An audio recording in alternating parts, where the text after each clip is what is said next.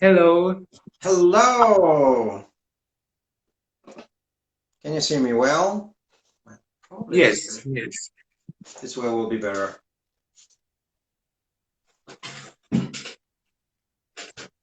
Hey Hello, Florjan, Walter. how are you doing? Okay, Good, thank you. hello to our first guest, Confused Macaroni. That's a good name. Well, yeah. I don't get confused when I need to have macaroni, believe me. I love pasta. Yeah. So, how have you been? Bitte? What? How have you been? Wie geht es? Wie geht es dir? Thank you. Good. Danke. Geht mir gut. Okay, that's very nice. And do we have something different to say or do? But I'm very happy to have you for our regular. By the way, the lighting is pretty dark. Like you look pretty dark at your place. Oh, okay. One moment. Can you see me now better? Yeah, it's some sort of. Do you see me better? Do you see me well? I can see you well.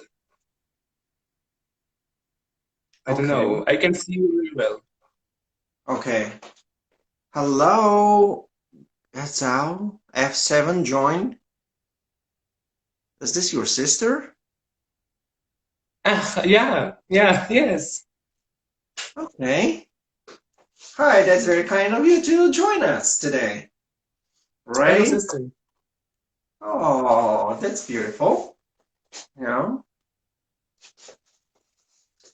So, how have you been lately? Good. Good. Well, today, Florian and I will express. I mean, for those who doesn't know, Florian is a German, Albanian composer, violinist who lives in, uh, let's just say, work in Germany, Berlin. He studied with prominent professors there and is a extremely talented professional, young professional. Recently, we have started having our bilingual sessions to where he speaks in German. I translate for the American audience in English. Of course, also brushing off my German as well. Uh, so he is a violinist, also a composer, and I do believe he plays viola as well. Uh, so I'm Walter Schumann, as usual, your host, and I'm a German Scandinavian composer and conductor, also a performer in the violin viola instruments. I love having, hey Bertfred, it's so nice to see you. I love having Florian over the live streams. As it turns out, they are pretty successful. People loves the idea of knowing more about Bach, Beethoven, Brahms, and all the composers, some historical parts and interpretational um, hints and points to where we can better see and understand the music of these great composers in the past, from the past. So here we are. Today we are talking about Brahms, Johannes Brahms. Well, it's, historically, hello, Mikolai? Okay, I'm very happy to see you. And well, so historically, like music is divided in three periods, right? Now, Bach, Beethoven, and Mhm. Brahms. It is very interesting. Why? Because all of them ends with their names, family names that ends with B, the letter B. Bach starts with B, and then Beethoven starts with another B, and there is Brahms that comes along also with a B. So we call this three B's. And Und es sind yeah, auch alle drei deutsche Komponisten. Sie sind alle drei deutsche Komponisten. Bach ist der aus Deutschland, Beethoven auch und Brahms ist auch aus Deutschland. yeah. Now Florian is just saying that all these three composers are coming from Germany. They are actually Germans. So yes, indeed, Bach is actually coming from a very northeast part of Germany, which is Thuringia nowadays, and which is the city considered I was born. Erfurt. This is Thuringia. All the Bachs comes actually from Switzerland. They go all the way up, and they remain there for hundreds of years. That's actually very true. So two of my family names are actually related to Bachs, to where you can see Bach at once. So they are all some sort of genetically related. Some people consider that during the World War II, the Bach's family descendants have disappeared or they just vanished. That is not exactly true. But yeah, they are just very few and most likely with different names, as we know very well. Bach's family have lots of girls. So not to mention that. The ones that we know mainly are the boys because they become composers eventually. Christian Bach, who became the English Bach, that was a teacher to Mozart. Obviously, everybody knew him. Emanuel Bach, and Philip Bach, they are all becoming later like cantors we call Generalmusikdirektor. And cantors in Germany, they established the Contemporary Society of Keyboards.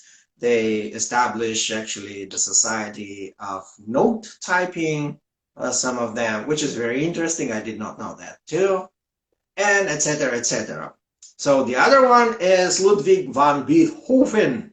Ludwig van Beethoven is actually Belgium German. He's Dutch German. Part of his German, this goes all the way back in his ancestors when his grandfather practically comes from great grandfather comes from Belgium, and which are former territories of the great German Empire at the time. So it's been part of Germany. So Germany was divided in different areas and regions like states. And the one is Saxony, the other is Thuringia. No, Saxony is the lower east, Thuringia is the upper northeast, Bavaria is the southwest, and we have, Fastwell, that goes all the way to Berlin, our days. So all these different, states were ruled by different kings. So, but in one same country, which is very interesting. Eventually, there was unification. It's like abolishment, and also run a bill to make Germany unified. So they've decided to do so, and I do believe it's the 3rd of October is the unification day of Germany, that it became a whole, country, like a full whole country, under the Otto von Bismarck, the general in the past who was kind of overruling and brought Germany from, kind of medieval ages to a contemporary, strong, independent country. He was very much hated about this, but nowadays we're very happy to have what we have now as Germans. So we see that Beethoven for generations was a German composer. A German living family. So yeah, practically they're Germans, and all the way go down to Brahms, who is not far from after Beethoven's dad coming, and he's also German. He's been born in Hamburg, right? Yeah. So he's a born native, complete German. And yeah, so there are connections that says that these three composers practically established a new style in music, the new symphonic structure, material, symbolic, philosophy, whatever matter you take in music, they brought it up to a new, complete new level from which many other composers took from and created what they've done.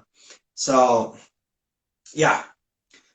What can you tell us about Brahms? Nun, What man can kann you eine tell us about the ganzen, connection between Bach, Beethoven, and Brahms? über die Kontakte zwischen den drei, da gibt's auch eine ganze Menge zu sagen, über den Lauf der Geschichte, weil jeder von den drei, jeder von denen, sowohl Bach als auch Beethoven und auch Brahms dann in der Romantik, in der Spätromantik, alle drei haben neue musikalische äh, Ideen, musikalische Neuigkeiten, was die jetzt mit der Laufe der Geschichte nun kennen. Die haben alle drei was ganz Besonderes erfunden, erschaffen. Ja. Yeah, all of these three composers have started from a certain point and they continue. They develop complete new style in music. So they brought the music to a complete different level in style, form, shape, based on their lives. And it's like they challenge practically the time and bring a completely new state of music, understanding about music and life. Yeah, that's very true. And something that I can actually say is that Bach, Beethoven, and Brahms used each other's. I mean, Brahms come the latest, However, Brahms took lots from Bach. So when Bach created his symphonies and his pieces, he was referring mainly to construction of melodic bass, which we call basso continuo, or the melodic bass, the harmonical bass. And this is structure that Beethoven takes because Beethoven's teacher was Karl Neffe. Karl Neffe was a pupil to Johann Sebastian Bach. However, the connection was very close, even though Beethoven was student to Haydn, and some people consider even Antonio Salieri. Salieri, yeah. Mm. Yeah, so everybody, let's just open a little space here, kind of moment to talk just a few more moments about Antonio Salieri. Everybody hates Antonio Salieri because this is just drama, fake, made up story about Salieri being very jealous of Mozart and he practically poisoned him. He's being a very terrible, horrible, mean, degrading person, which actually was not true. Ja, das wird sehr schlecht auch in Filmen rübergebracht. Jeder von uns kennt ja bestimmt den Film Amadeus, ja, was Ende der 90er Jahre nun veröffentlicht wurde. Es wird falsch interpretiert, ja. Viele denken, Salieri ist eifersüchtig oder nun sehr doch eifersüchtig über Mozarts Kompositionen. Ja, das wird halt wirklich falsch rübergebracht. Yeah. Florian is just telling us that at the time during Mozart, it was created so-called gossip that is completely false, completely wrongful about Salieri, who actually Salieri promoted Mozart many times. That's what Florian is telling us, that actually Salieri was supporting Mozart's music. And that's actually very true. Why? Salieri at the time was the Minister of Culture. He was responsible for the Austrian-Hungarian Empire as a composer. He was the king's composer. So he was responsible for the cultural development and music achievement and to enforce the music in a good way, enforce the music in every school. And so that's how our days the practice, most of the schools to have bands, orchestras, and music subjects is because of Salieri, you know. And so Salieri was, let's just say, our days, in the government of our days, like the minister of culture. He was the top leader. Everything needed to be assigned by him. So Mozart, when was applying to perform his symphonies and operas, he needed the sign, the approving sign, you know, to be signed up by whom? By Antonio Salieri. Yeah. And from there was some sort of limit, you know, and limit to where only 10, you know, Hataslai, well, and so there was a limit. So there must be no more than 10 performances of a contemporary composer at the time during the empire, you know, that are performed in Vienna. So for that reason, guess how much Mozart got? Mozart got 6 performances out of 10, which actually it's required to 1 performance for a composer. So you can see that in all ways, Antonio Salieri promoted and was in favor to Mozart when he put Mozart's operas and symphonies 6 times more than any others. So the story that actually Antonio Salieri was an evil and terrible person actually has nothing to do with the reality. I mean, those are Hollywood kind of fake and made up movies about Mozart, and they represent Antonio Salieri like some kind of demonic character in the whole this story. But in the reality, this has nothing to do with the truth. It doesn't mean the truth at any way. There are many evidences how actually Antonio Salieri helped Mozart. Ja. Ja. Das stimmt, das stimmt. So, Das ist wird falsch interpretiert, das wird falsch interpretiert, auch in der Filmindustrie und weiß ich wo überall. Das ist halt nicht nicht die Realität, weil es auch die Musikgeschichte und was halt die Musik betrifft. Das wird halt falsch interpretiert, falsch dargestellt. Auch in dem berühmten Film Amadeus, was wir alle schon mal gesehen haben, denke ich mal. Ich habe es auch sehr oft gesehen, da wird Salieri falsch dargestellt. yeah. Das entspricht nicht der Realität. Yeah.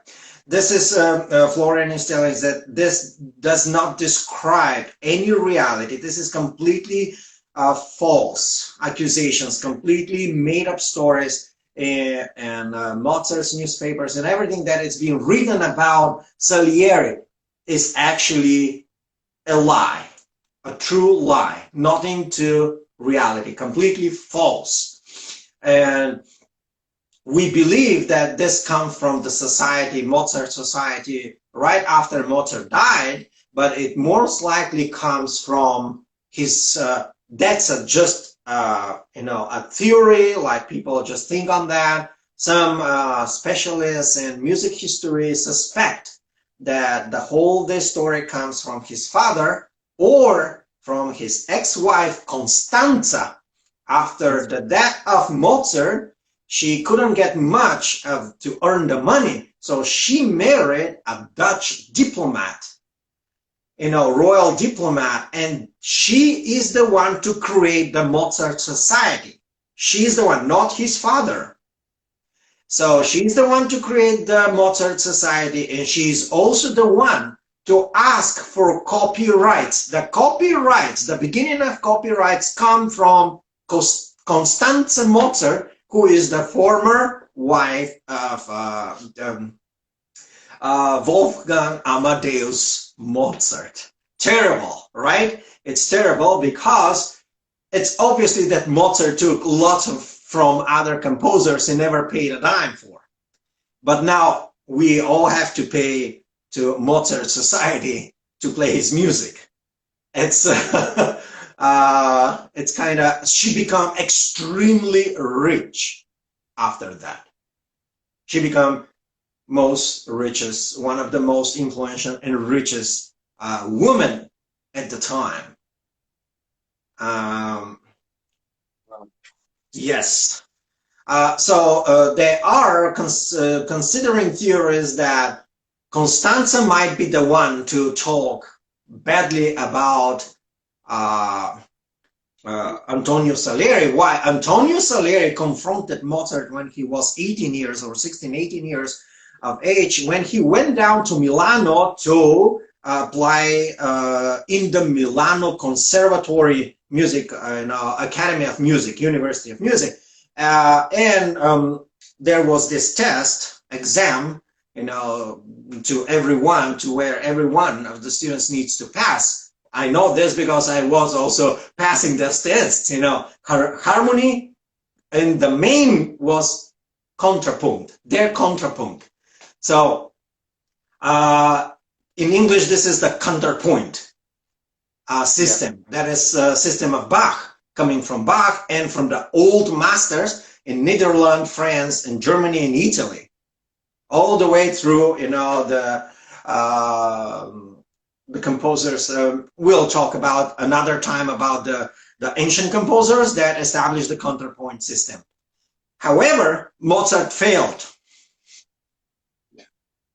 So that was a reason his father to be furious, Leopold Mozart, and things get really rough in their own path ever since.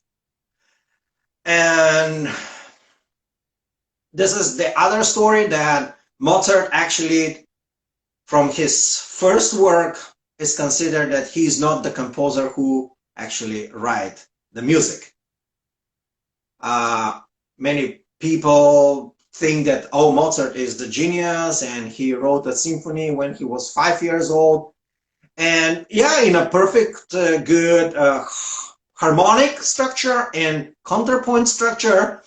But when at age of 17 and 16, he could not even finish a harmonic exam and counterpoint exam, to which he failed, and it was cut off. Yes. And there is a big hassle. There are many evidences that Mozart actually was taking or just copying completely different concerts and structure from so-called Mannheimer school old composers, old masters. He was very well aware of them. He was studying when he went to Poland, to Czech, that, he studied the old masters, and he practically took many of his works, implemented into his works, direct copy with a few changes, from composer that lived before him. And yeah, this is not to make Mozart look less as a great musician and composer, don't get me wrong. But it's been the time, and many composers have taken parts from other composers. But here we are going back to Bach, when Bach takes a small motif as a topic from Vivaldi or from Handel, or this is just a few notes and a few bars, measures. Yeah. And then everything is completely new. Here you can see Mozart takes 50 measures, 100 measures, completely one-to-one, and put it into his concerts and symphonies. So that's something that makes us believe that actually Salieri was right to not let Mozart pass the exam, as he practically didn't know how to do things right. Wow. Yeah. So, ich bin sprachlos. Yeah, for that reason, Mozart returned to Vienna and talked to his father, and his father sent him off to whom? Christian Bach. Yeah. Yeah. Why? Because Christian, this is the son of Johann Sebastian Bach. So Christian Bach went and lived all of his life in England, and he became one of the greatest composers that succeed a Handel. And practically taught Mozart how to write and to compose. And we consider that after Symphony number 31, Mozart practically shows his real composing style and complexity and mastering. Before that, we considered the piece a little bit as a fraud.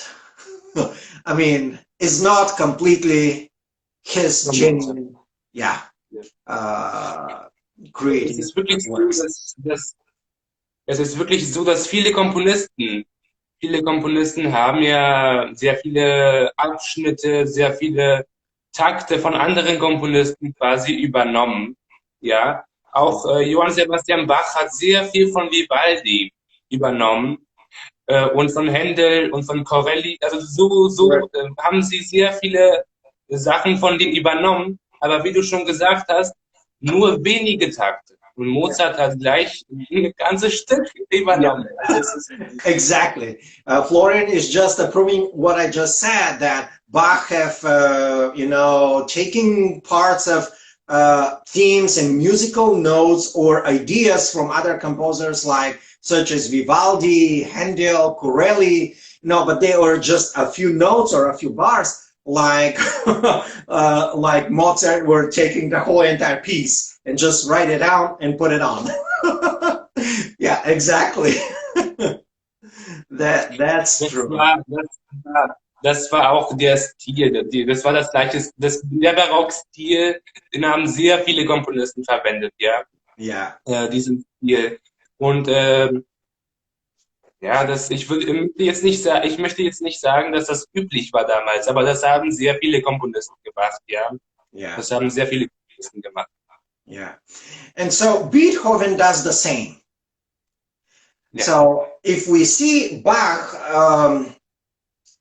ideas of creating music, it's really amazing. Why? He takes just a theme we call the main theme. Let me just I will just do a few tones, right? No. And that's all. Right? So when we go further in time, Beethoven does the same. How does, 4-tone.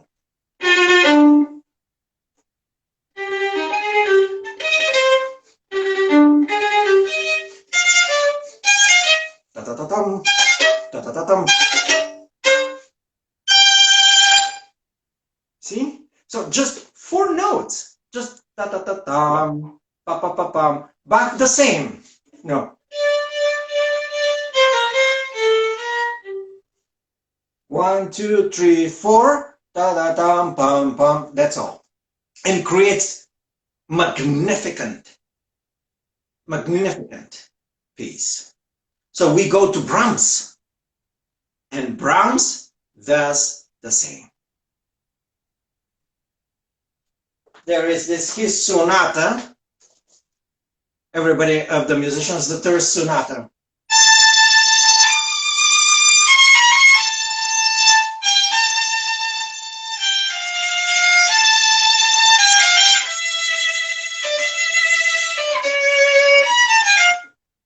You see? It's just a few tones. So if you take the first 2 bars,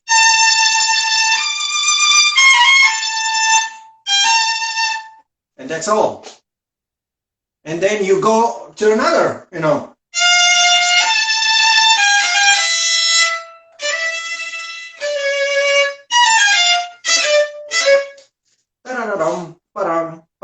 that's all. And so practically his main theme is just a few 4 measures.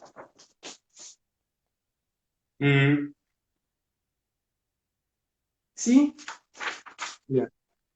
And he creates. What is interesting that Brahms actually takes from Bach the structural bass that I talked about, the melodic bass. And he writes a letter to Clara Schumann and Robert Schumann, and says, you know, I found something very interesting. I'm developing the converting, so reversing bass, you know. Mhm. The reversing bass, for those who doesn't know, it's if Bach made this, let's just say, imitate the structure.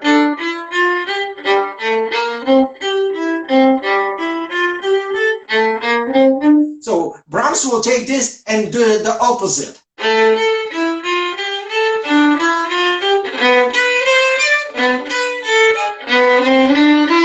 So he takes that and instead of going to down, you know, the side down, it's going to go up. So the interval will going to be, you know, ascending instead of descending.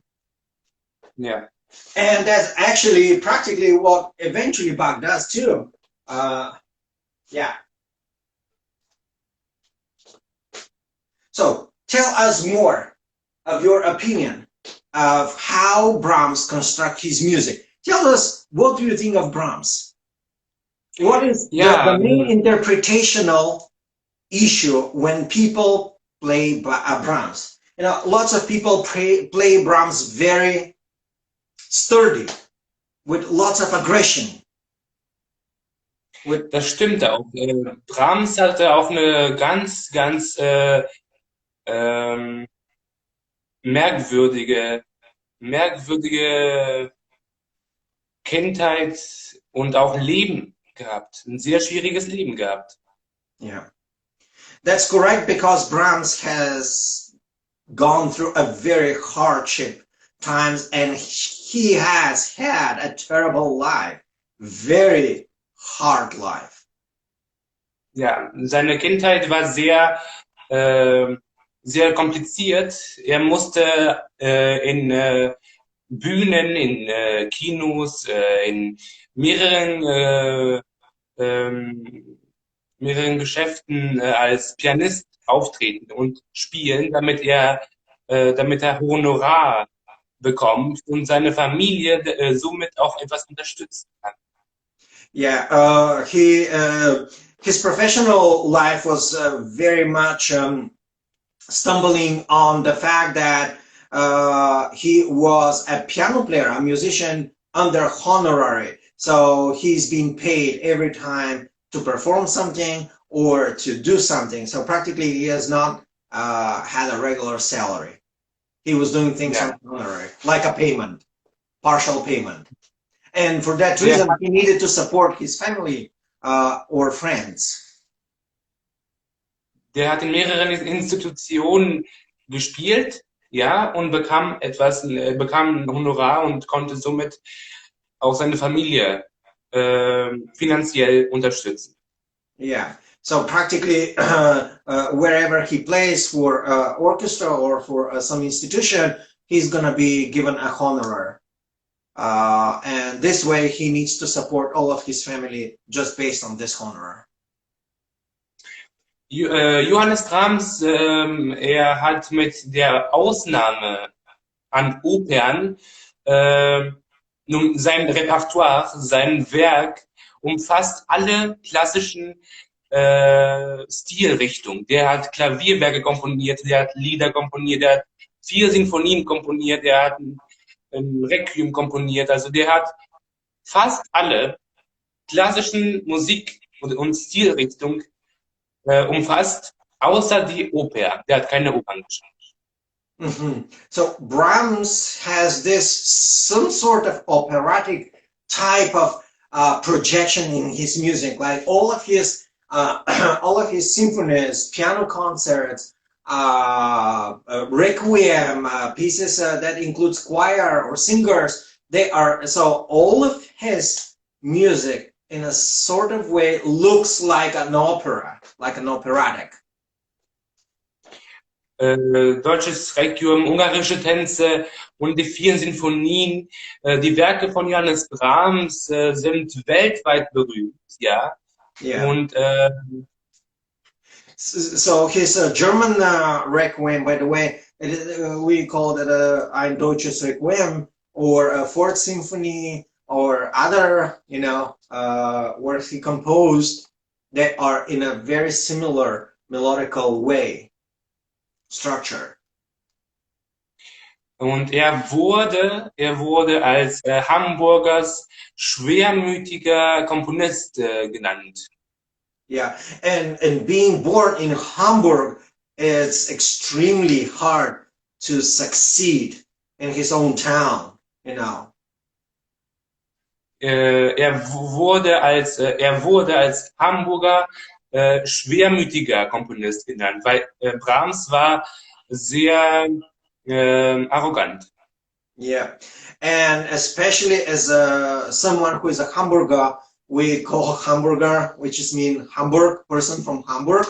And by the way, that's how the name Hamburger comes. You know, if you don't know, you know, the food hamburger comes from Hamburg actually. And so he had this very unusual character and some sort of attitude. It's been said that Brahms was very arrogant. Ja. Das ist irgendwie ein bisschen lustig, weil das passt auch gar nicht zu seiner Musik, ja. Yeah, Er war yeah. ja? There is this little story I just recalled when you said that he's arrogant. There is this little story that he played in front of, he was invited to play for some royalty, and people were just talking, laughing, eating while he was trying to play something very nice for them. And wow. He was so agitated, so frustrated. At the end, he just, somewhere in the middle, just right before the end, you know, he stopped and said, "I'm not going to play for pigs anymore." And he just went off, you know, the whole entire. So, but it's written that he actually was extremely straight, a person that is like a potty mouth. He's, you know, he literally doesn't sift. There is no sifter, you know, it's just everything he has in mind, he just threw it out. And so that was, he's been known to just burst and said, "I'm not going to play anymore for pigs like you. I'm not going to give my time." And he just, he's just leaving out. As is interesting, hey, Joseph, sorry. Glad to hear you here, man. Yeah. So Brahms was actually pretty rude. You're very right. Yeah. But yeah.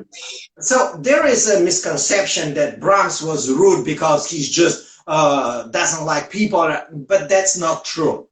Brahms was rude, because he had standards, and not only, he hated mediocrity. And at the time when Brahms was living in Vienna, there were very mediocre, low-level, average level of musicians that were just bursting the industry, like our days, you know. Today we see mediocre musicians all over. Let's just be honest.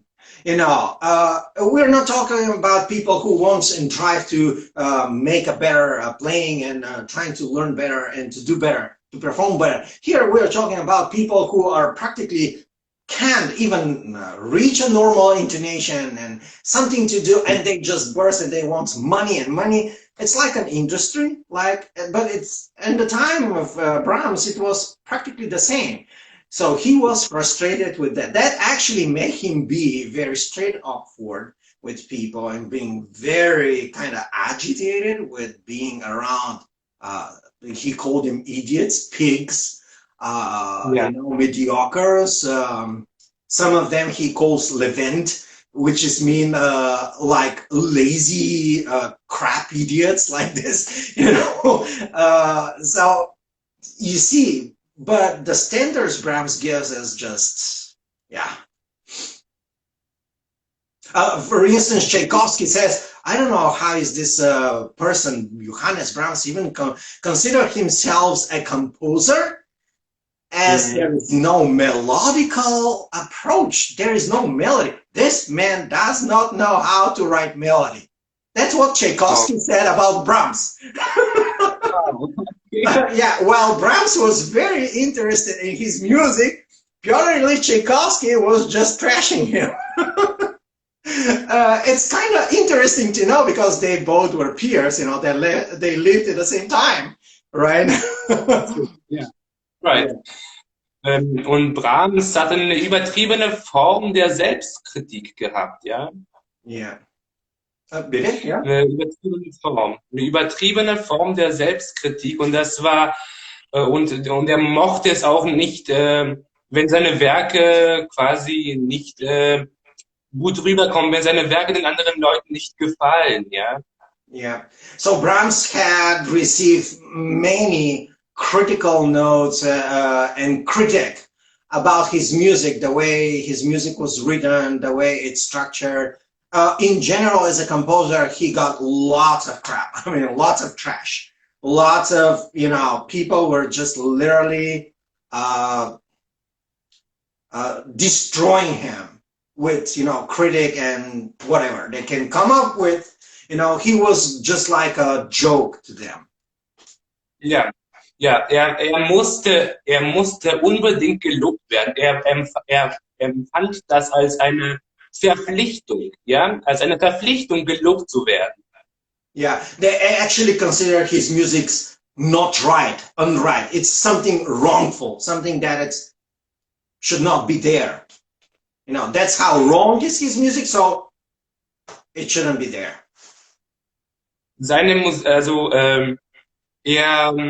Wie ich schon gesagt habe, er empfand es als wichtig und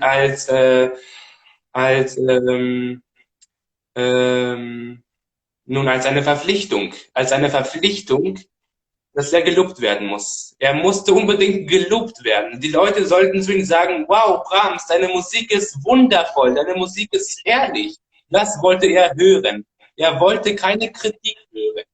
Ja? Und deswegen, wenn er eine Kritik von anderen Menschen gehört hat, hat er sehr, sehr direkt und sehr egoistisch dann sich verhalten. Er musste gelobt werden. Das empfand er als eine Verpflichtung. Yeah. So Florian is telling us that Brahms practically have never been acknowledged by the critic.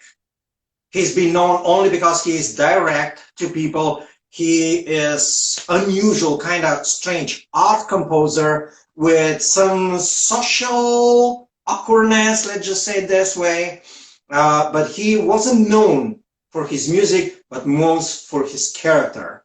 And he never had a chance to have even a single critic to say something good about him. Ja, er wirkte sehr empfindlich, wenn es darum ging, dass er nun, dass Kritik zu ihm gesagt wurde. Er wirkte sehr empfindlich. Yeah. And so the way the criticism against Brahms was not only among the critics, but among the rest of the community, like the music societies. I mean, we know that, for instance, Richard Wagner, when Brahms, let me see if I have some notes here, anyway.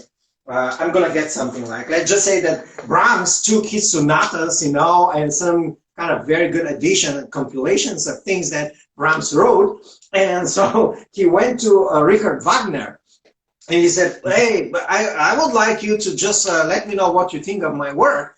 And Richard Wagner was way worse than Brahms. Why? He was cynical.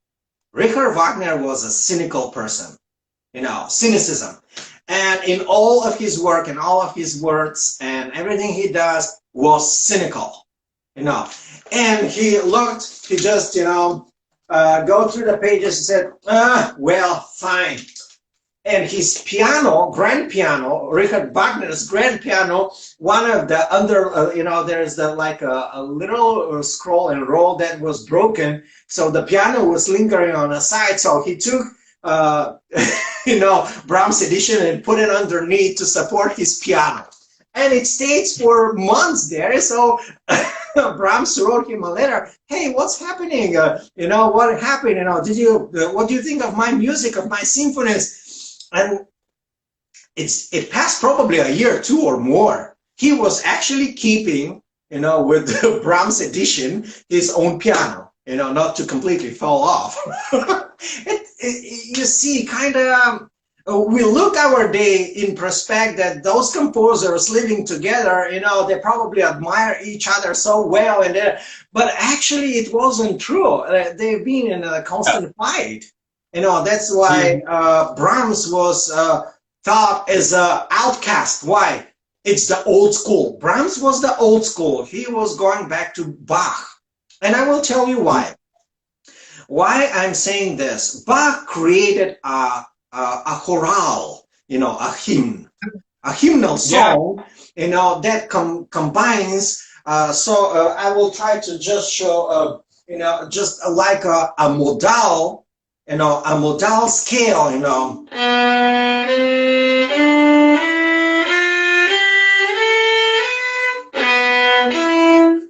You see, that's actually, it's a hymnal piece, comes from Bach. Bach wrote that in a very hard moment of his life when he lost some of his children, right? And Bach had issues with his eyes.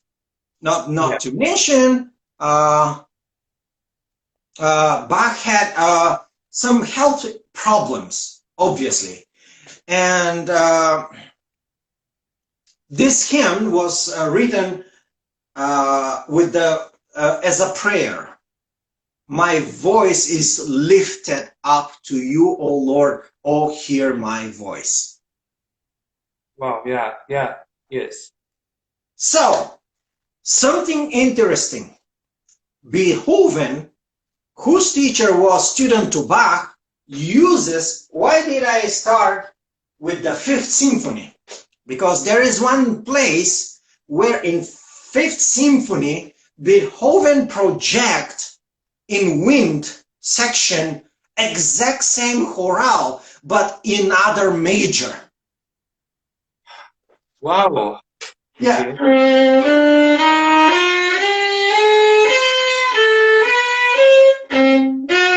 And then da-da-da-da. And continue. And it's very, he put it so slightly that you really need to hear oboe, clarinet, flute, and fagot to hear that.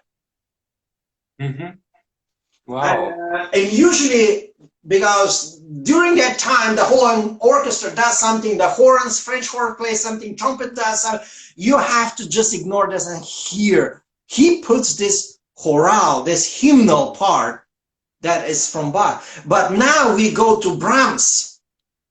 And we know Beethoven was in a very critical condition at the time. Everybody says, oh, Beethoven was a deaf composer. No, he wasn't deaf until his Seventh Symphony. Let's just be honest. He had issues, but he wasn't completely deaf by that time.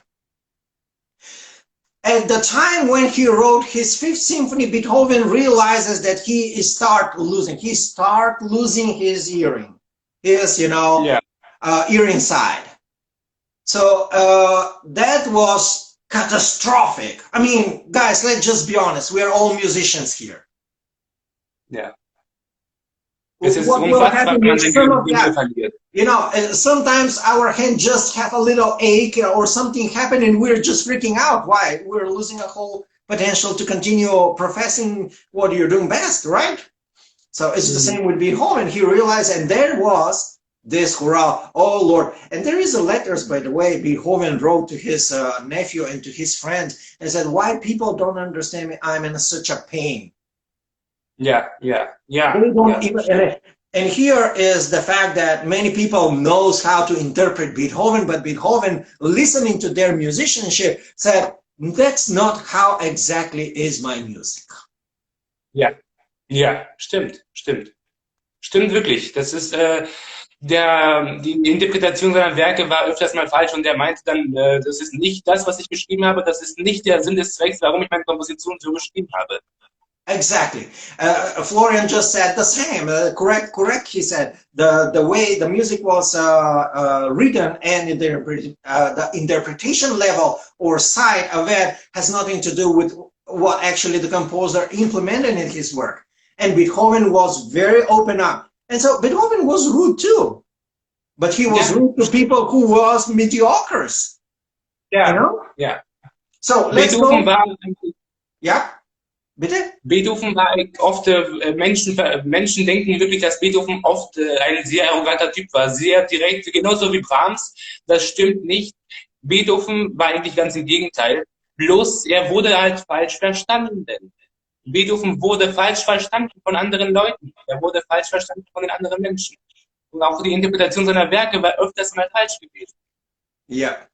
Exactly. So Beethoven was so direct that he's actually going and tells people how bad they play, you know. You know. So Brahms, let's go to Brahms. You know, Yeah. Brahms got sick, and then we are going to Third Symphony of Brahms. At the time Brahms was writing his Third Symphony, he realized that he got a lung cancer. Ja. Ja, stimmt, der hatte Krebs, ja. Yeah. So, and then when he wrote his Fourth Symphony, there is a moment how the orchestra starts. I'm conductor, I will tell you. Pam, pam, pam, pam, pam, pam, pam, pam, pam, pam, pam, pam, pam, and he makes a Pesacalia. So the whole Fourth Symphony, the last movement is a Pesacalia. Yeah. But he takes the main theme, he takes the main thema from what? From Bach's chorale. So Bach, when he wrote his chorale hymn, he made it in B flat.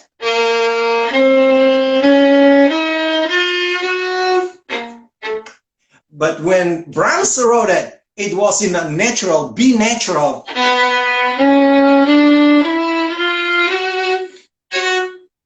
You know, dum bum, bum bum. And Stimmt. Yeah, it's practically one exact copy from Bach. Yeah. Yeah, and this chorale is basically what the chorale Bach says, I'm lifting up to you. I'm lifting my voice up to you, O Lord. Oh, hear my prayer. Wow, amazing, amazing, really. Ich wusste, also wirklich, das war mir davor nicht bewusst. Also fantastisch, ja.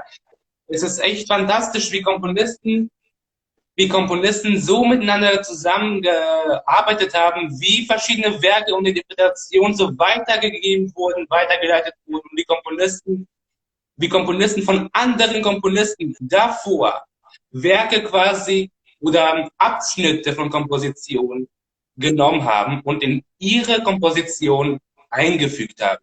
Ja, es ist fantastisch, also unglaublich.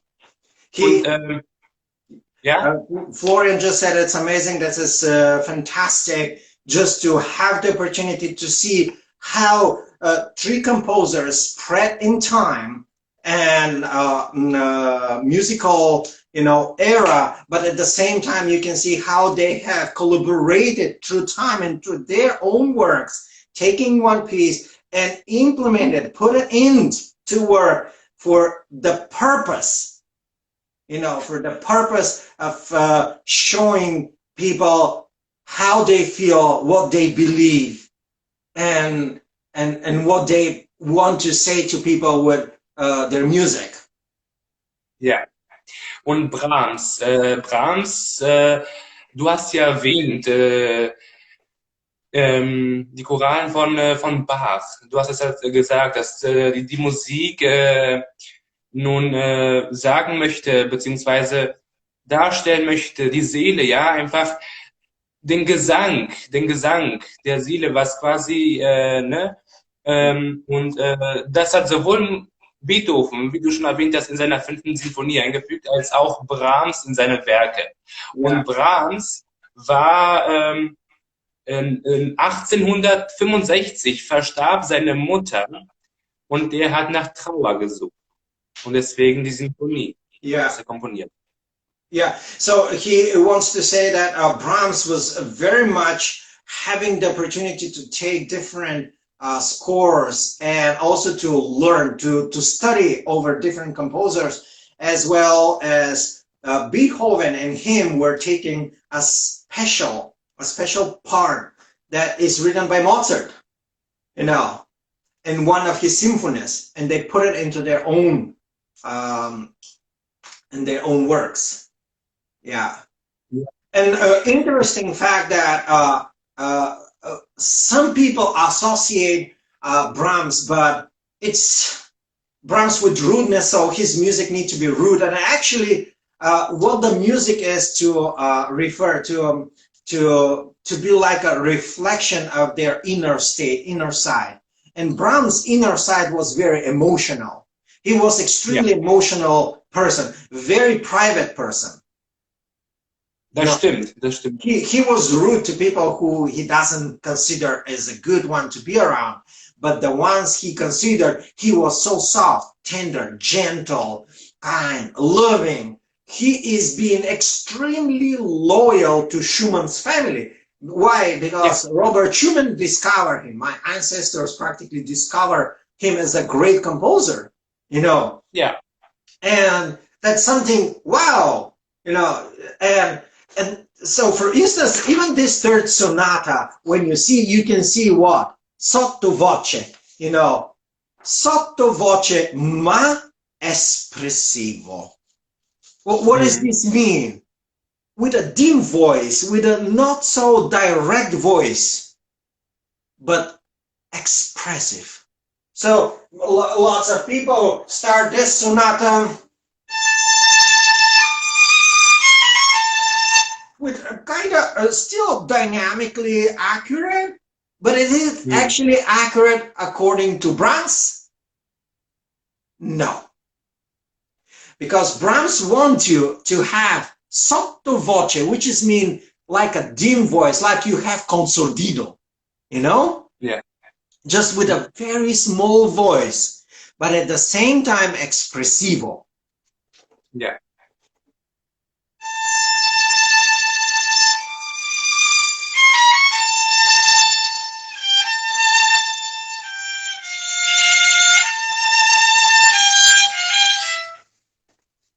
Is it different? Ja. And that's all. Stimmt. Also Brahms war sehr, sehr emotional.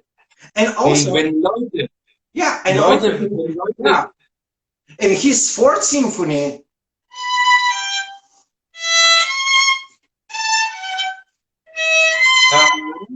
you see, what do you see? We see something that Mozart has.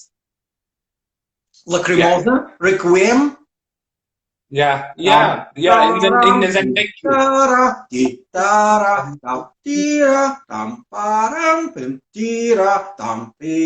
This is crying.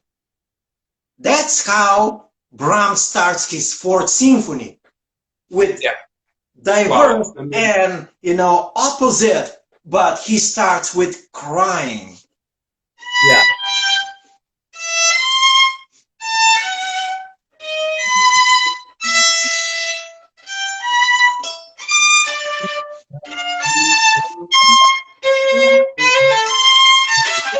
See? Yeah. It's a crying until he goes to the end part with a chorale and says, I lift my voice up to you, Lord. Oh, hear my prayer. Ja, genau. So haben die Komponisten miteinander so haben Komponisten von anderen Komponisten was übernommen, bloß nur anders dargestellt und anders interpretiert. Und wie du schon gesagt hast, Brahms hat sehr, sehr, sehr viel mit Robert Schumann und mit Clara Schumann und auch mit Dvorak und mit Grieg gearbeitet. Und in der Familie Schumann war Brahms immer willkommen. Denn Robert Schumann, hat ihn quasi geholfen, hat Brahms geholfen und ihn gesagt, er hat später quasi immer die Türen auf als Musiker, würden die Deutschen sagen. Yeah. So Florian is telling us that actually, yeah, indeed, the family Schumann was the one to show the world about Brahms, to tell the world about Brahms. They took him under their wings. They practically made possible for him to be known everywhere as well. What was the other composers you say? Dvorak, Dvorak as well as which was the other one? Greek. Edward Grieg, exactly. But those are all the composers that somehow were so attached to Brahms' form and music. But indeed, the Schumann's family remains the only one that discovered and outcovered so many genius in music, including Brahms. And actually, Robert Schumann, after listening to Brahms, he says, one day, you know, the musical world will talk about him. From the very first, it's been instant connection between them as friends, and they remain friends for life. You know, they've been Nach dem Tod von Schumann war Brahms derjenige, der seine Kinder quasi auf seine Kinder aufgepasst hat. Yeah. It's this is a piano work by Brahms that is written and dedicated to Robert Schumann after he loses his son. Nein, ich meinte, nachdem Schumann gestorben ist, war Brahms derjenige, der auf seine 7 Kinder aufgepasst hat. Oh, I understand now. Okay, so after Schumann's death, you know, after Robert Schumann's death, Brahms was the one to take care of the 7 children that left in the family by Robert Schumann. Yes. Ja, genau. Schumann hat ja auch, bevor Schumann Musiker wurde, bevor Schumann Komponist wurde und Pianist und war Schumann ein Jurist. Schumann war ein Jurist, der hat Jura studiert. Yeah, so before Robert Schumann became a musician or a piano player, a composer, he graduated. He was studying to be a lawyer and journalist. Genau. Und so haben sie sich ja auch, so begann das. Schumann wurde dann Musiker, ein großer, berühmter Komponist, und dann hat er später dann Brahms geholfen, auch berühmt zu werden, und meinte später, dieser Komponist wird später einen Namen haben. Er wird weltberühmt werden, seine Werke werden in der ganzen Welt aufgeführt werden und er wird einen großen Namen haben, meinte Schumann zu Brahms. Yeah. So Florian says that Brahms owes to Schumann's all of his and a bigger part of his success, and because all the throughout all the years, Brahms practically followed Schumann's example. Brahms studied and very much over the music by Schumann, Robert Schumann. Also, Schumann was the one, because he was a publicist, he was a journalist, he was writing lots of articles about composers, but mainly he was putting out the new genius, the new great composer, who was actually Brahms. And he was to Schumann. Ja, genau. Die waren wirklich sehr, sehr, sehr enge Freunde gewesen, Familie Schumann und Brahms. Ja. Und Brahms lernte 1850 einen ungarischen Flüchtling und Violinist, Eduard Remilly oder so. Und so so lernte auch Brahms diesen ungarischen Zigeunerstil und so schrieb er die 21 ungarischen Tänze. So entwickelte sich das dann in der Zeit. Yeah, he says that in 1815 and 1828, Brahms had the opportunity to meet a Hungarian violinist, Gypsy, who actually taught him and introduced him to Hungarian Gypsy dances or Hungarian folk dances, which are we known nowadays as Hungarian dances. 1850, 1850. Yes. 1815. Yeah, that's what I said, 1815. Yeah.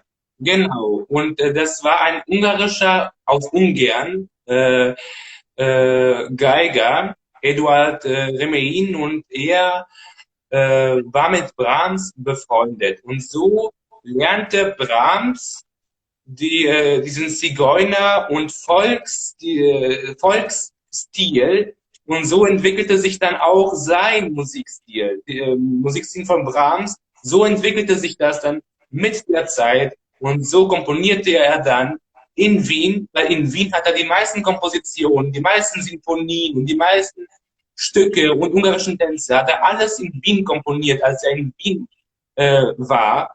Und so entwickelte sich dann auch sein Stil und er komponierte 21 ungarische Tänze. Yeah, so he wants to say that he was introduced to this violinist. What was his name? Wie ist der Name das? Eduard Remini.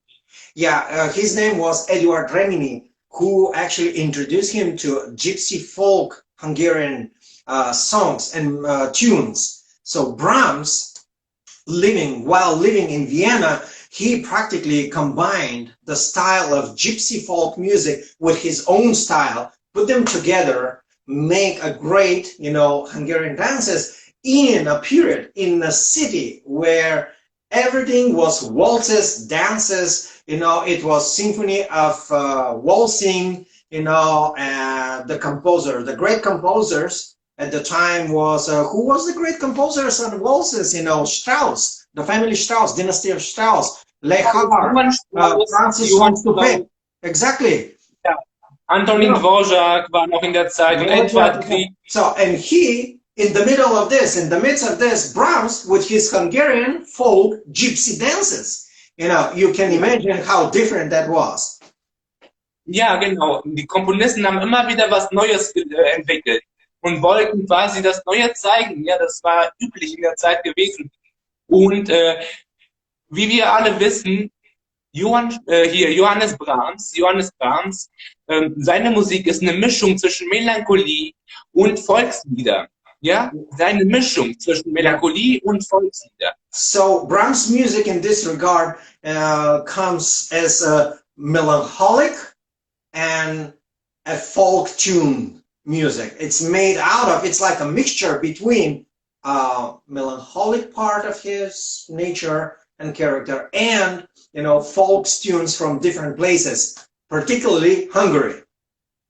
Ja, er war massiv beeinflusst von dieser ungarischen Zigeunermusik. Ja. Und da Brahms auch eine ganze Menge, weil er als Person sehr, sehr viel erlebt hat, die Trauer wegen seiner verstorbenen Mutter und die ganzen anderen Problematik und Konflikte, das war eine Mischung aus einer tiefen Emotionalität, melancholische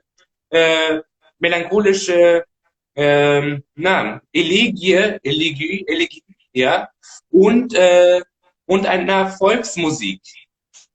Yeah, so the combination in Brahms' works is his own life, his tragical moment, everything that he goes through, the loss of his beloved ones, death, joy, everything that comes really hard in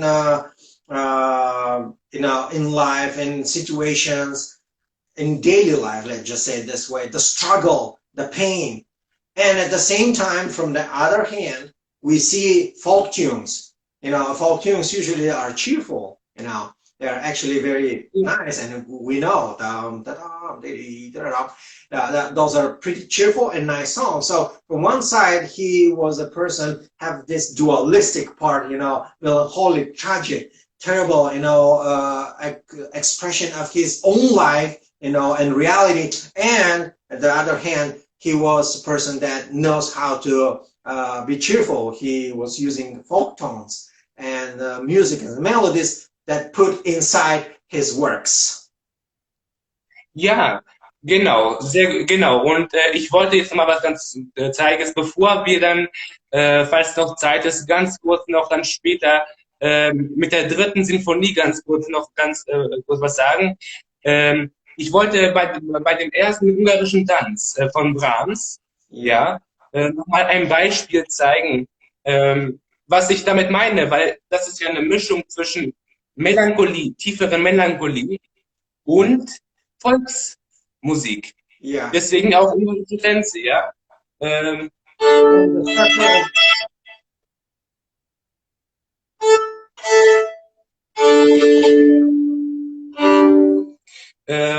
erste ungarische Tanz von Brahms, ja, wissen wir alle. This is the first Hungarian dance by Brahms. Yes.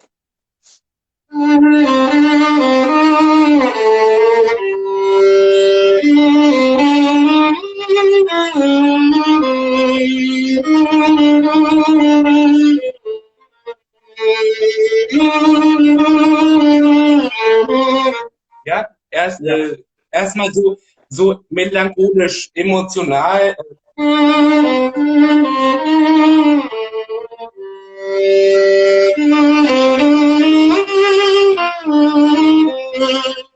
Yep. Ja. Und, Florian just shows us that this is the emotional part, the saddened part, the melancholic part of Brahms to express his, his himself being, his being so. So, and the other part. Und das ist dann das etwas Tänzerische, das etwas Volks. And then when the folk tunes comes. Genau.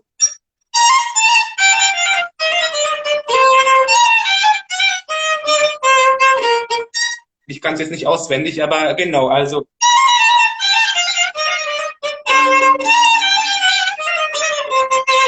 Ich kann es jetzt nicht so auswendig, aber das meine ich ja, dieses Volkstümliche und das andere Melancholische, was Brahms sehr oft in seine ungarischen Tänze kombiniert, ja? Yes, and so here he starts with this cheerful, nice folk tune that it's being taken out of gypsy traditional folk tunes, and he just practically dances on them, combines them and creates a whole form, like a musical form. Genau, ist ja auch bei seiner ungarischen Tanz Nummer 4 genau dasselbe, ja?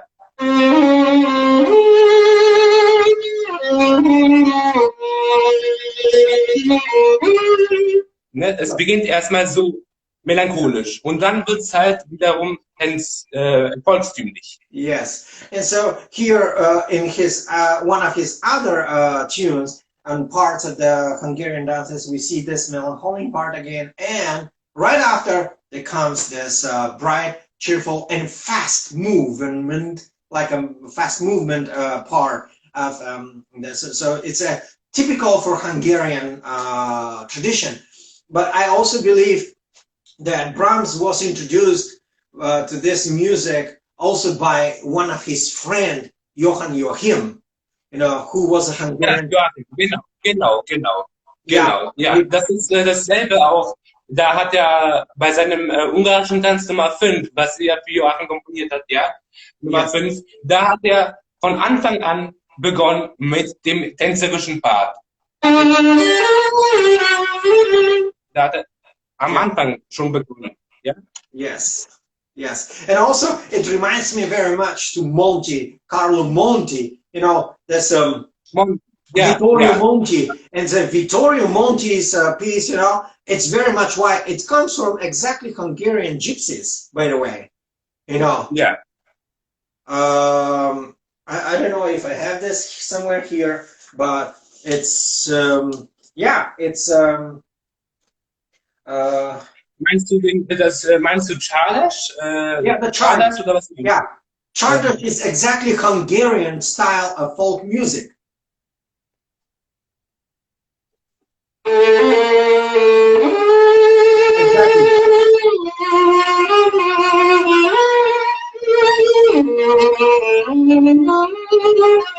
Das meinst du? And yes, and we have this kind of slow part, melancholic part, you know, and then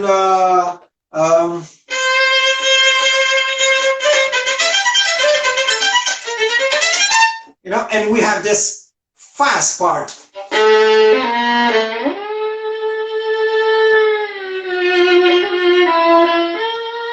And then does this kind of like a A-tone, like a difference with a glissando, with glissing all the way up. So it's not complete like many refined musicians, you know, in quotation marks, you know, they just want to step. They step over the tone, but not as this music. So this music is more like for bars, for outside, you know, and then should be.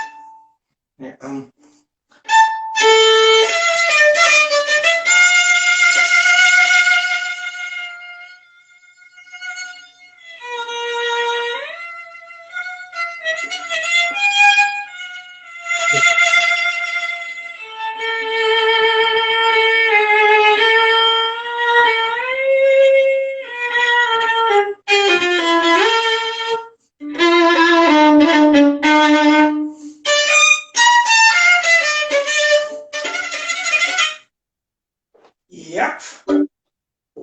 You see, Das habe ich mal it's the same structure as Brahms does his own Hungarian. Why Czardas? Czardas is a style of a Hungarian dance folk music, and so we have this very melodic, very mellow, very crying, like a melancholic introduction, and then like from nowhere, it's kind of really good. It's typical. So, by the way, as a tradition, afterwards, many composers takes folk tunes, including Brahms, including including Beethoven, including Bach. They take this tradition from Bach and other composers, Vivaldi, Corelli. You know, they were writing because the music should be for all people, not only for people in the church, though. Das stimmt.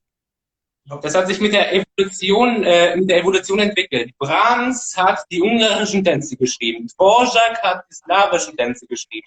Grieg hat die norwegischen Tänze geschrieben. Bartók hat die rumänischen Tänze. Also so hat sich das dann mit der Evolution von Bach bis zu Bartók entwickelt in der Reihe. So from the time Bach was writing his Brahms make a complete revolution. He started writing about Hungarian folk dances. You know, Bartók for Romanian, Dvorak for Czech folk dances, and Slavic. Bitte? Wie? Greek, die norwegischen. Yeah, Greek for Norwegian, exactly. So this is after Brahms, everybody starts bursting, you know, folk dances, and we know that. I think that one, I'm not sure here if I have them. Das hat sich, wie gesagt, die Evolution der Musik weiterentwickelt. Und das waren ja alle Kontakte. Brahms hat Dvorak geholfen. Für die slowenischen Tänze. Ja, wow. Und ja, Brahms hat Kontakt aufgebaut mit Dvorak und hat ihm geholfen bei den slowenischen Tänzen.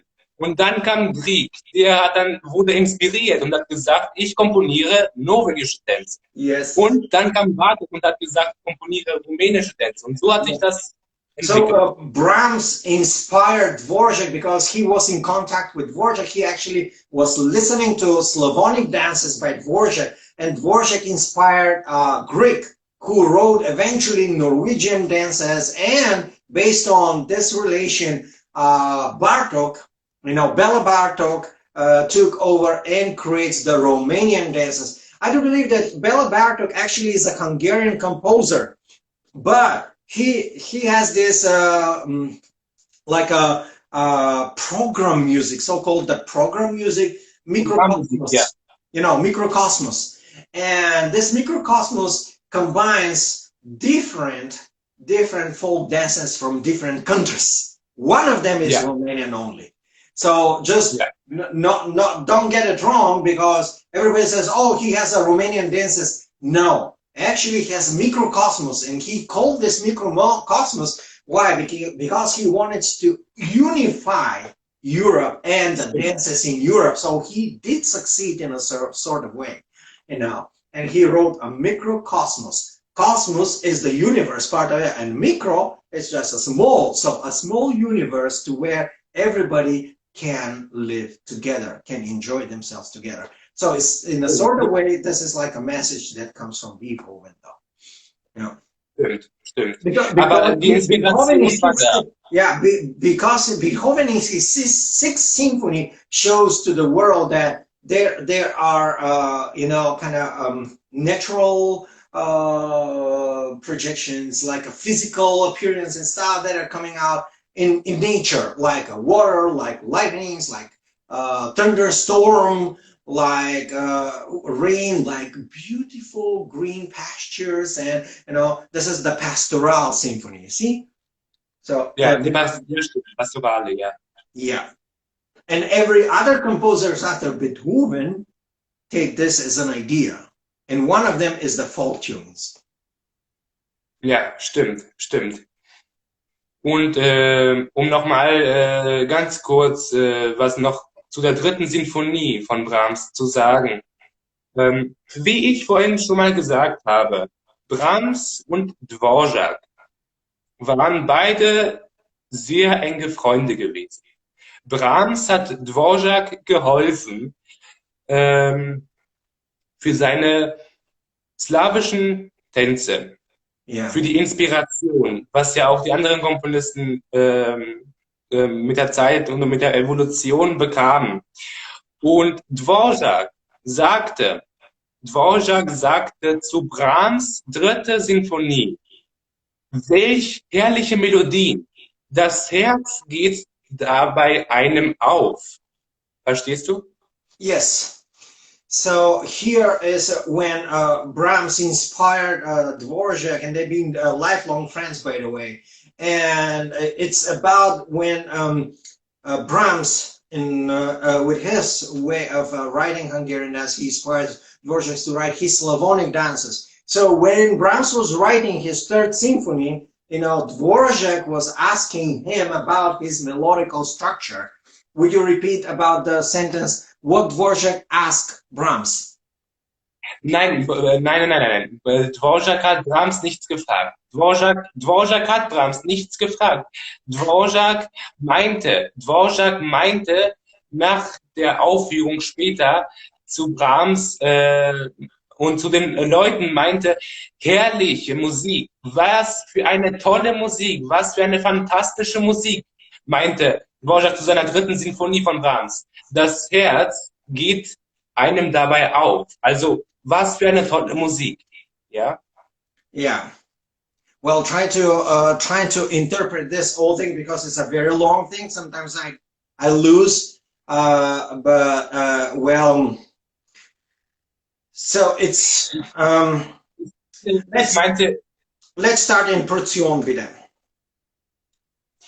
Ich meinte, Dvorak und Brahms waren ja beide sehr enge Freunde. Und nach der Komposition, nachdem Brahms die dritte Sinfonie geschrieben hat und sie gespielt wurde, aufgeführt wurde, Yeah, so Brahms and Dvorak have been very close friends to each other, and based on that, Brahms wrote his Third Symphony.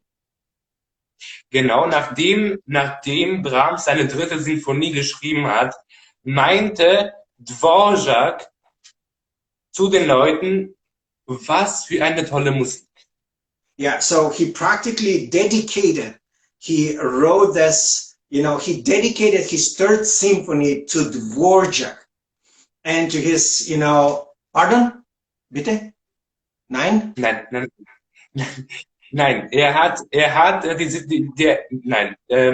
Brahms hat seine dritte Sinfonie nicht Dvorak gewidmet. Nein, Brahms hat das geschrieben, Brahms hat die dritte Sinfonie geschrieben und nach der Aufführung, nach dem Konzert, nach der Aufführung, meinte Dvorak zu den Publikum, zu den Leuten, wow, was für eine tolle Musik. Oh, oh yeah, I understand. When, yeah, that's what I'm missing. So Brahms wrote his Third Symphony, and on the premiere after the concert, it was published out there. He went off as he met with Dvorak, and Dvorak expressed his admiration about his music and said, "What a music that I've never heard before." Correct. Das ist genau. Also die dritte Sinfonie von Brahms wurde sehr spät aufgeführt. Die wurde 20 Jahre später aufgeführt, ja. Yeah, so the Third Symphony was performed 20 years after, Genau. after it was written. Genau. Und Dvorak war bei der Uraufführung dabei und hat das Konzert gesehen, hat die dritte Sinfonie von Brahms gehört und war sehr, sehr, sehr überrascht. Yeah, Florian is just sharing that actually at this concert, when the Third Symphony was premiered and was, put out, and Dvorak listened to this symphony. He was, able to come and to listen to this symphony, and he was extremely, extremely impressed. He was completely touched. Er meinte, welch herrlicher Melodie, was für eine tolle Musik. Das Herz geht dabei jemanden auf. Das Herz geht auf. Also es ist wunderbar. Yeah, Dvorak expresses that he has never heard so many melodical substance. He says it is wonderful. It's just wonderful. Ja, genau. Weil aus einem kleinen Kerngedanken etwas Großes entwickelt. Darin war Johannes Brahms ein Genie, ein Meister. Yeah, with this little remarks and sayings, this little, expressions from, Dvorak's side, that's actually very much give to Brahms the acknowledgement of his work. Absolute Musik. Yeah, he said it's absolute music. It's in the whole state in everything, this is music. Genau. Und Walter, also von der dritten Sinfonie von Brahms, von der dritten Sinfonie von Brahms sind keine Briefe, keine Skizzen enthalten bis heute. Nichts, ja? Keine Originalskizzen, keine Originalbriefe von der dritten Sinfonie. So they are not intermissions, you mean? No. Ja, genau. Ja, also es sind keine between the parts. So Brahms' Third Symphony was in original, in urtext, is being written without stopping, just from the beginning to the end. No intermission between the parts. Genau, es sind keine Skizzen enthalten, ja? Keine Skizzen. With no sketches and no scratches, yeah. Clara Schumann meinte zu der dritten Sinfonie von Brahms, sie verknüpft sie mit romantischen Beschreibungen aus der Natur. Clara Schumann was having correspondence with Brahms, between, and they had some sort of, I'm not sure, they were talking about the romantic side of the Brahms, work. Clara Schumann verknüpft bzw. interpretiert die dritte Sinfonie von Brahms mit der romantischen Natur. Sie denkt, dass das Ganze mit der Natur zusammenhängt. Yeah, so Clara Schumann expresses the opinion, expresses the idea, and wrote to Brahms that this actually shows his romantic nature, character, his real romantic characteristic as an individual. Sie denkt, es hat mit Zauber zu tun, mit dem Waldleben, also halt romantische Natur. Und Clara Schumann sagte, sie weiß nicht, welcher Satz am schönsten ist. Sie weiß es nicht, letzter Satz. Sie weiß nicht, welcher Satz am liebsten ist, am schönsten ist, welchen Satz sie am meisten mag. She sees in this work in completely wonderful gold melodies and complete, kind of homogeneous structure of a deep romantic character, and she asked him why is not having in between this the movements. Bitte, would you reply that? Ich habe gesagt, sie weiß nicht, welcher Satz sie am meisten gefällt. She doesn't know which movement she's more like. She has the impression that she cannot practically say which one of the movements was better to her. Ist alles wunderbar, alles toll. Also sie ist begeistert, genauso wie Dvorak. Es ist einfach eine Begeisterung. Yeah, that's like the Dvorak said before, that this is just amazing music, and also Clara Schumann approved into this. She said that she couldn't say which part is better. It's hard to say which one is she can really go with and like. Genau, und besonders berühmt in der dritten Sinfonie von Brahms ist ja der dritte Satz. Ja, der dritte Satz ist am berühmtesten. Und Brahms, er stilisiert eine einfache volksliedhafte Melodie, durch kleine Veränderungen zu einem Walz trist. Yeah, so just as a moment, so when Brahms was writing his third movement, it's his third symphony, he actually practically create a melody that is taken out of a folk music, that it's so-called a waltz, the trist waltz. Genau, das ist französisch. Waltz, trist ist ja traurig. Yeah. Und, it is a French tragic. Title. Yeah, tragic dance from French one. Ja, bitte? Ein Walzer, Walz, trist ist übersetzt traurig aus dem Französischen, mit harmonischen Effekten und romantischen Orchestrisierung. Yeah, so this is like, so he takes the melody that it's it expresses tragic and sadness, with the French waltz triste that is arranged or orchestrated in a very deep romantic sense. Genau, mit harmonischen Effekten, romantischen Orchestrisierung und melancholische Emotionalität. Yes. Ja. Like a French waltzing with emotional romantic orchestration and melancholic projection of the main melody. Genau, und die Sinfonie komponierte Brahms 1883 in Wiesbaden, hier bei uns in Wiesbaden in Deutschland. Und ja. When Brahms was a composer and he performed in Akzen, bitte? Ja, Wiesbaden. In Wiesbaden, yes, this is a city in Germany, Wiesbaden. Yeah. Er komponierte 1883 diese Sinfonie. He composed 1883. Yeah, he composed in 1820. No, 38. 83. 83. Yeah. 83. Yes.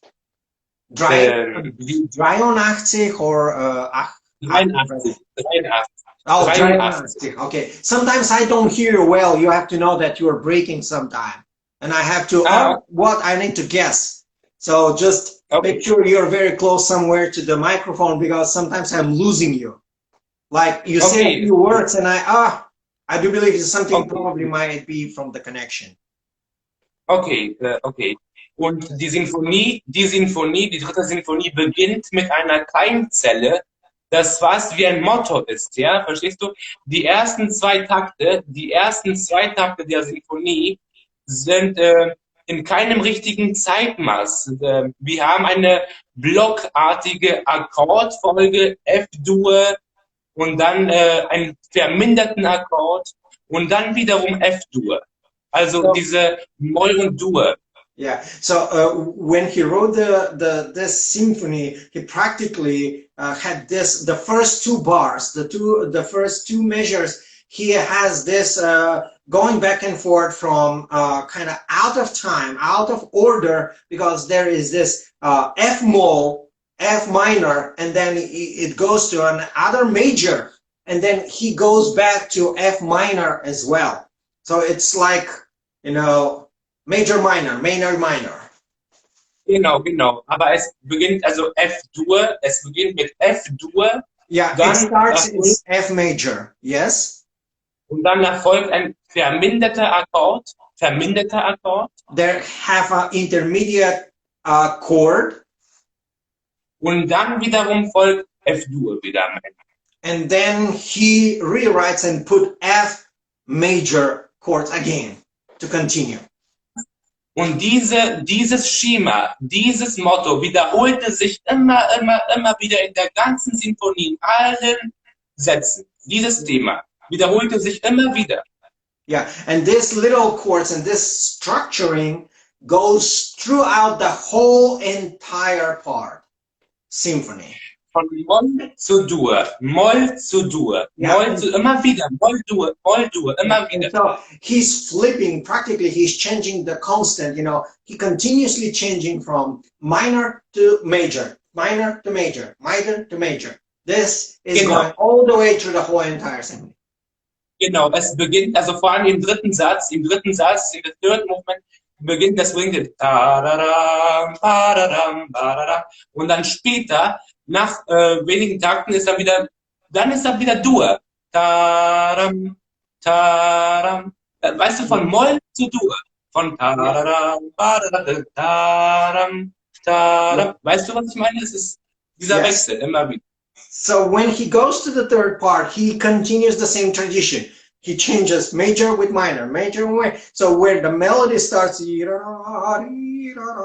and so you go up to the so the first projection, we call it, the first projection of the theme is in minor, but the controsoggetto, when it comes later on, the secondary melody comes in major instead.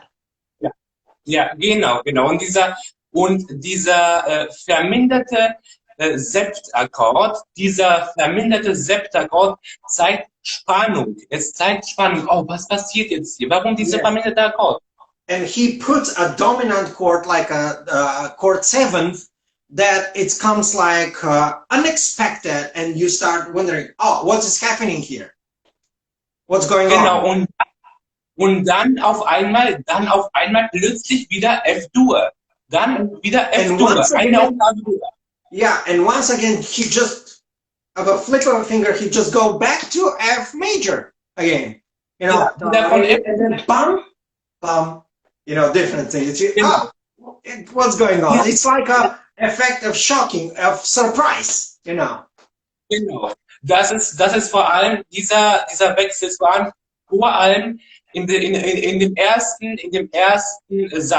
ersten Satz, wo die Melodie, wo die Sinfonie beginnt, im ersten Satz hört man das ganz genau, diesen verminderten Septakkord und dann plötzlich F-Dur von den ersten und zweiten Violinen in Oktaven und dann in Solo. So, this is completely typical in his first part, first movement, when he was just changing, and once in a sudden, just suddenly, unexpectedly become this sept chord, you know, dominant chord, to where immediately in first and second violin in octave, parallel octave, they jump into F-Dur, which is F major. Genau, F-Dur und von den ersten, zweiten Violinen hört man das sehr, sehr gut, diesen Wechsel von F-Dur zu verminderten Septakkord und dann wieder F-Dur. Und den letzten F-Dur-Akkord spielen die ersten und zweiten Geigen in Oktaven hoch und unisono spielen die Bass spielt unisono. Bass, Posaunen, Bass, Fagott und, ja? Yeah, so, and when he is practically playing with this and the septachords and F, and there is this second coming to where first and second violin goes an octave upper, and now to where you can practically hear all of the bass, like a fagot, like a bassoon. You can hear the bass, double bass. You can hear all the lower, you know, register instruments. You can hear the trombone as well playing. It's just amazing way how he orchestrated the structure to this particular moment, this part. Und Brahms hat auch in dieser Sinfonie einen volksliedhaften, inspirierten Melodie, der war sehr inspiriert von der Volksmusik und hat auch in dieser Sinfonie ein Seitenthema komponiert, ja, was vor allem im Schluss zu hören ist mit den Intervallfolgen. Yeah, so Brahms himself talks about his symphony, about this particular symphony. He said that this symphony is practically taken out, it's been written based on folk music, folk tunes, and folk structuring, and he practically combined them together in a structure to, you know, become what it is. Ja, genau. Und es gibt, wie ich schon gesagt habe, auch in dieser Sinfonie gibt es ein Seitenthema, was ein wenig volkstümlich ist. Yeah, he's probably he's demanding, and he's saying that this symphony is just, you know, a wholesome of a folk tunes. Also, ja genau, der hat einen kleinen Seitenthema komponiert im Schluss, was auch etwas volkstümlich ist. Und da sieht man wieder auch, dass Brahms sehr, sehr oft auch seine Kompositionen etwas volkstümlich komponiert hat. So ein bisschen mit Walzer und ein bisschen volkstümlich, aber auch sehr melancholisch. Bei dem dritten Satz. Und diese Mischung zwischen Moll und Dur, das ist das Gesamte von Brahms.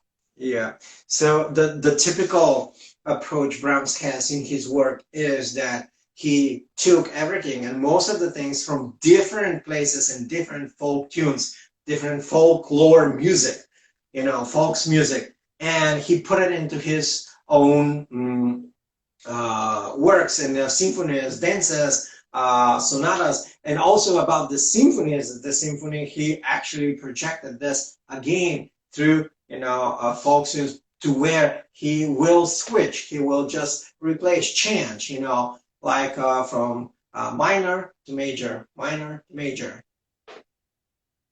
Genau. Und das hat er auch dieses Wechsel und diese Inspiration, das hat er von Beethoven und von Bach. Und so entstand wirklich das Ganze mit der Evolution. Yeah, and Brahms had the inspiration by Beethoven, who has done the same, as well as Bach, who had done the same. They were taking folk tunes or different dances, waltzes, and they were putting into their music. So that was actually what makes Brahms' music so revolutionary. That's Genau, genau, ganz genau. Das, vor allem hat Brahms diese diese melancholische Inspiration, was Beethoven ab und zu in seinen Sinfonien geschrieben hat. Und Beethoven hat das von Bach her, ja, die yeah, Komponisten haben sich so Werken und Themen von Kompositionen von anderen Komponisten genommen. Und das hat Brahms auch getan. yeah. The origin of Brahms' music comes from different composers. That it's like Beethoven, and Beethoven was inspired by someone, and the origin of his music comes from Bach, and also Bach also had this ideas to take from different composers, and the origin of his music was actually collaborated, like a professional exchange between, and that was something very significant in their way to compose music. Also, this melancholic part, all these melancholic tunes and melodies also comes from, you can see this in Beethoven, you can see this in Bach's music. So all this line, like a timelining, you can just trace all the way back to Bach, Beethoven and Brahms. Das hat ja auch was mit den Choralen von Bach und Kantaten, ja, und auch Beethovens Sinfonien, was mit Liberalismus zu tun haben und sowas. Und Trauer, Sehnsucht, Emotionalität hat Brahms auch in seinen Kompositionen geschrieben. Da Brahms auch sehr viele von seinem Leben, von dem Tod seiner Mutter, von dem Trauer, hat er sehr viel melancholisch komponiert und Emotionalität und das alles, ja. Und am besten kann man das hören in dem dritten Satz. Das ist, hängt sehr viel damit zusammen. Yeah, it is this very sad and like a tragic moment in his music, in Brahms' music and Beethoven's music. You can see Beethoven's music has been taken chorales by Bach and different composers, and also put it in his symphonies. And Brahms as well, he took different elements from other composers to express his sadness, especially after his mom passed away. Brahms' mother died, and he wrote I think his first symphony or his third symphony, the third part, was based on his mom death. Ich glaube die dritte Sinfonie. Die dritte, glaube ich. The zweite? The third one.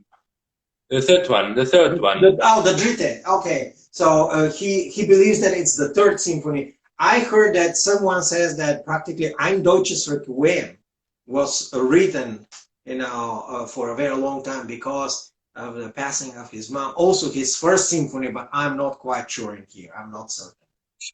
Seine Mutter starb 1865. His mother died 1865. Yeah, 1865. His mom passed away. Und ich glaube, das ist die dritte Sinfonie. Weil Brahms starb ja 1897.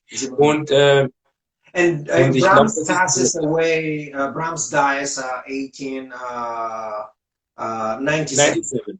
Yeah, 1897. Yes, and he definitely believes that the Third Symphony was practically an expression of Brahms' grief after his mom passing away.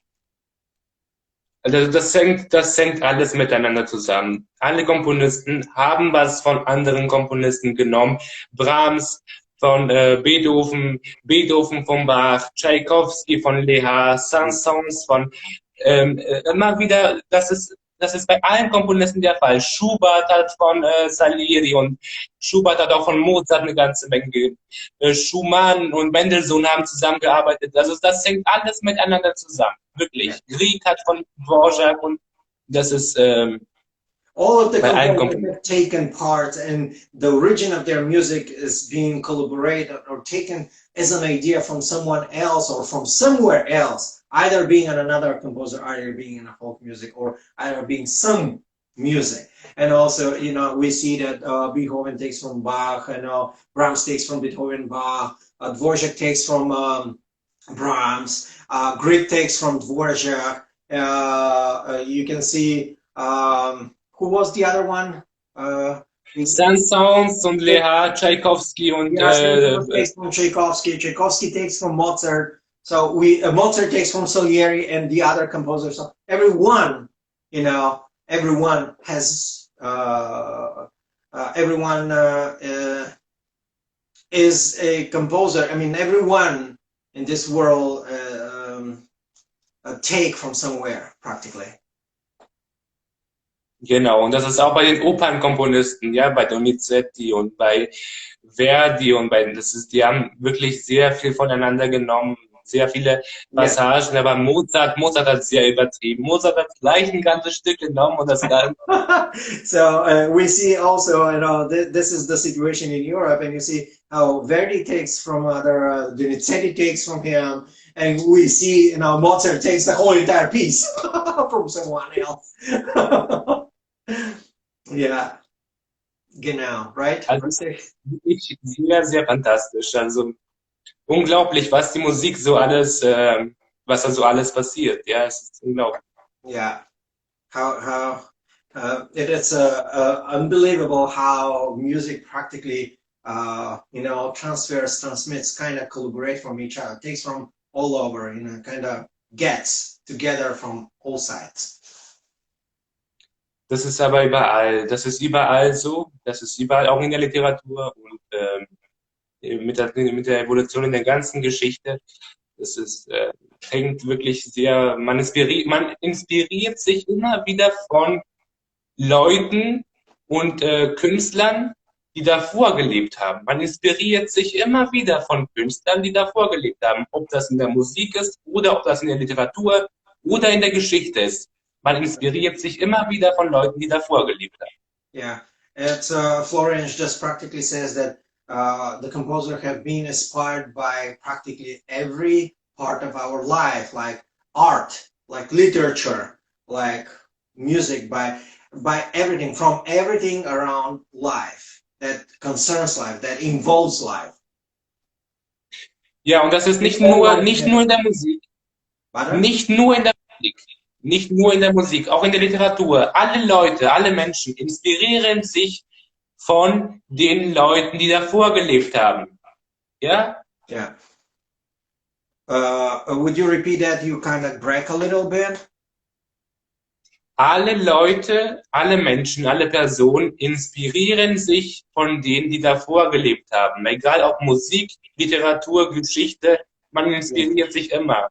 Yeah, all people being inspired by all things that are happening in life, by life matter. Either music, you know, art, literature, poetry, or whatever it is. Everyone is being inspired in a certain way, in a sort of way. Das ist auch in den way.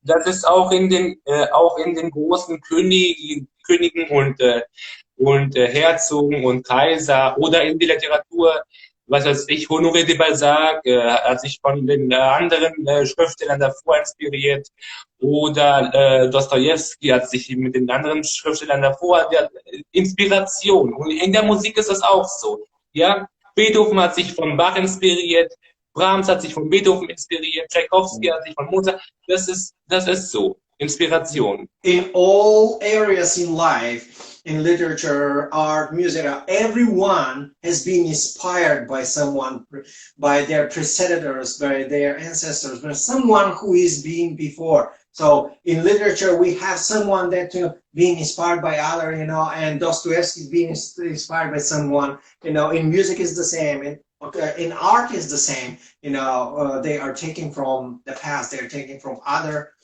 who has done that before. Das ist wirklich erstaunlich. Erstaunlich.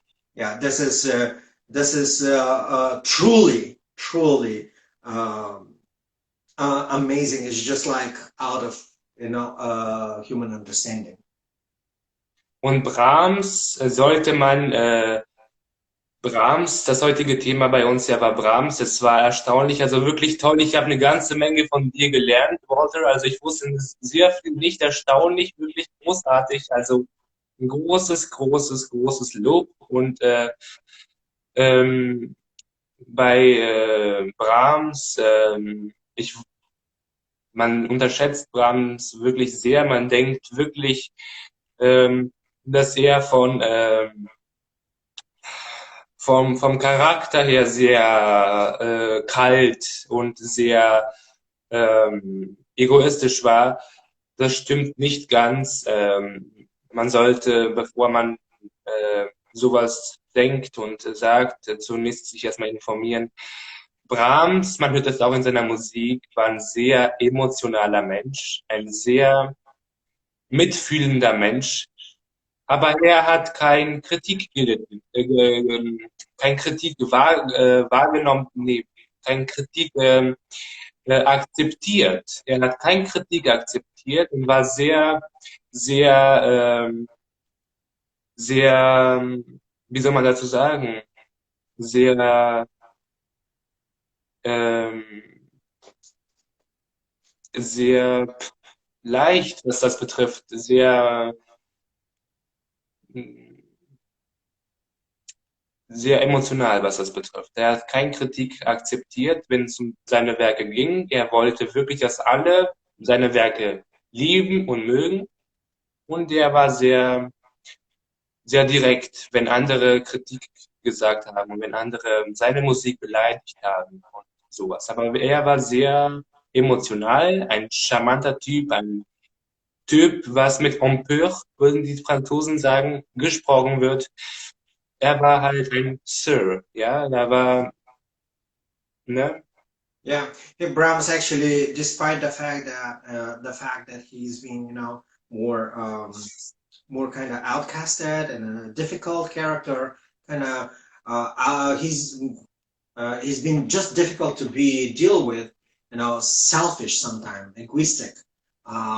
So he didn't go very much well with the critics, with the people who pointed out his music and criticizing him based on what he was showing as being direct, outspoken, and sometimes rude. But in general, but at the other side, Brahms was extremely emotional. There's an emotional side of him, extremely soft, extremely gentle, being completely the opposite in his music. He puts the things that are, very well said, very well stated. You see a different side of Brahms, and it's not as the side that most of the critics and the people at the time have just pointed out and trying to make him look as bad as possible. He's practically, being judged by what he said, but not by what he's doing. And as Florian said, he is just being very emotional, deeply romantic, deeply soft-natured person, very sensitive. Ja, ja, sehr empfindlich, sehr empfindlich. Yeah, he's been extremely sensitive, and that was disregarded by his critics, and for that reason he didn't get very much well alongside with them. And on top of this, he was direct, sometimes rude, didn't want to make compromises with certain people that actually brought things to a very boiling point in his life. Der hatte ja auch keine Frau deswegen gehabt. Der hatte keine Frau. Yeah. Pardon, bitte? Er hatte keine Frau. Oh yeah, he wasn't married.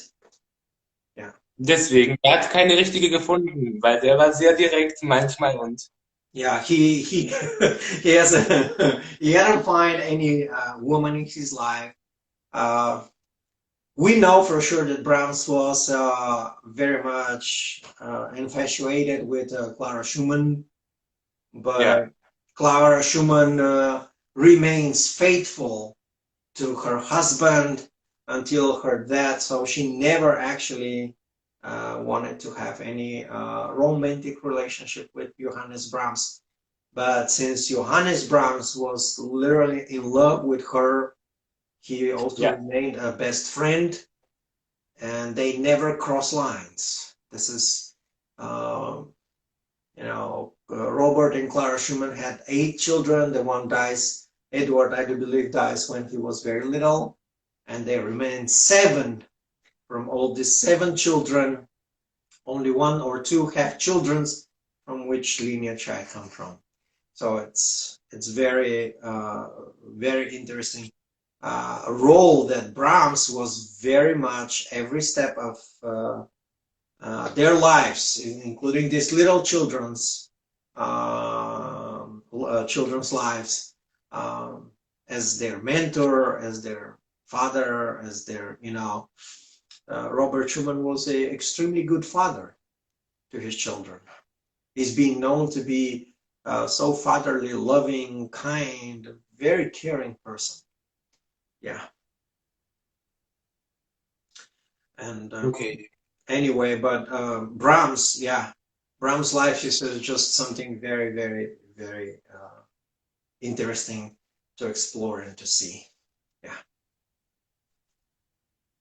Es war wirklich, es ist immer wieder interessant, mit dir zu diskutieren, immer wieder eine große Ehre. Es hat mir sehr, sehr viel Spaß gemacht, heute mit dir so lange über Brahms zu diskutieren und über die ganze Musikgeschichte, die Zusammenhänge mit Beethoven, die Zusammenhänge mit Bach. Also vielen, vielen Dank, ja. Florian just says thank you for having the discussion to collaborate in this conversation and talk about Brahms and his style, as well as to connect him with Beethoven's music and Bach style music style. And he said thank you very much. I do thank you, Florian, for being here. I do very much thank you for being so kind, so patient. Thank you for taking the time to prepare yourself and just to have fun with these conversations, because we all learn something new, as I learned a few new things today about Brahms and Dvorak, which I didn't had a chance to know before. But thank you for enriching everyone's lives, and I hope you enjoy our live streams and meetings. We are definitely going to continue with further more different things to say. Probably we are going to see something about the Baroque, or we are going to go deep in the Romantic music. So we will have to decide this with Florian and let you soon as possible.